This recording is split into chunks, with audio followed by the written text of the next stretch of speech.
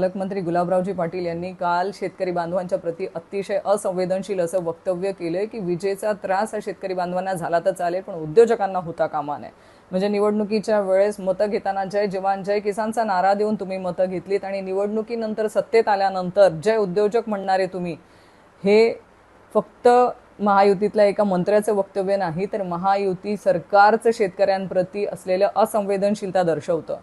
हे वक्तव्य शेतकरी विरोधी शेतकऱ्यांच्या प्रति असंवेदनशीलता दर्शवणारं हे वक्तव्य आहे। आज शेतकरी बांधव हा चारी बाजूने संकटात सापडलेला आहे। महागाई मोठ्या प्रमाणामध्ये वाढलेली आहे, बी बियाण्यांच्या किमती या मोठ्या प्रमाणामध्ये वाढलेल्या आहेत, खतांच्या किमती ह्या मोठ्या प्रमाणामध्ये वाढलेल्या आहेत।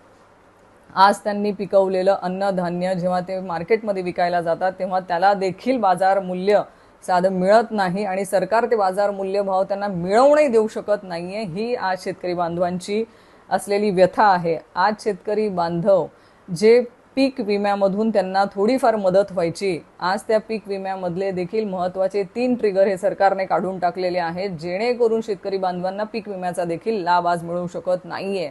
आज शेतकऱ्यांच्या पाठीशी खंबीरपणे उभं राहण्याची गरज असताना शेतकऱ्यांच्या प्रति असले असंवेदनशील वक्तव्य सरकारमधले मंत्री करत आहेत।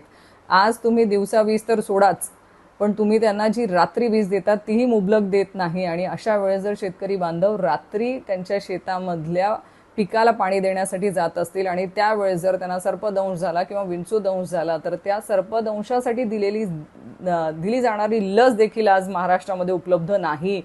ही लस उपलब्ध का नाही तर ही लस तयार करणारा हाफकिन इन्स्टिट्यूट जे आहे त्या इन्स्टिट्यूटला देण्यासाठी सरकारकडे पैसे नाही आणि म्हणून हाफकिन इन्स्टिट्यूट सर्पदंशाची लस तयार करू शकत नाहीये आणि ती लस तयार होत नाहीये म्हणून ती आज आपल्याला ती लसही उपलब्ध नाही। म्हणजे शेतकरी बांधव मेला तरी चालेल पण आम्ही शेतकऱ्यांसाठी काही करणार नाही, ही जी सरकारची वृत्ती आहे आणि त्याच्यावर तुमचं काही झालं तरी चालेल पण उद्योजक टिकला पाहिजे, उद्योजक टिकला पाहिजे हे आम्ही मानतो, पण शेतकरी बांधवांच्या जीवाशी खेळ करून उद्योग टिकला पाहिजे असं आम्हाला मुळीच वाटत नाही।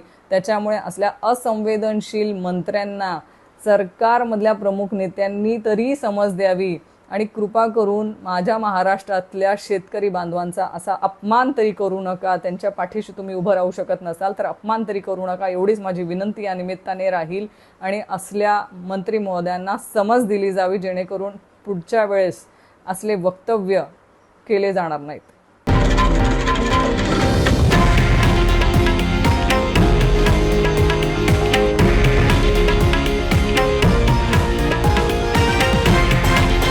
हे आहे देशातील नंबर 1 न्यूज नेटवर्क आणि आपण पाहत आहात TV9 मराठी, एकमेव।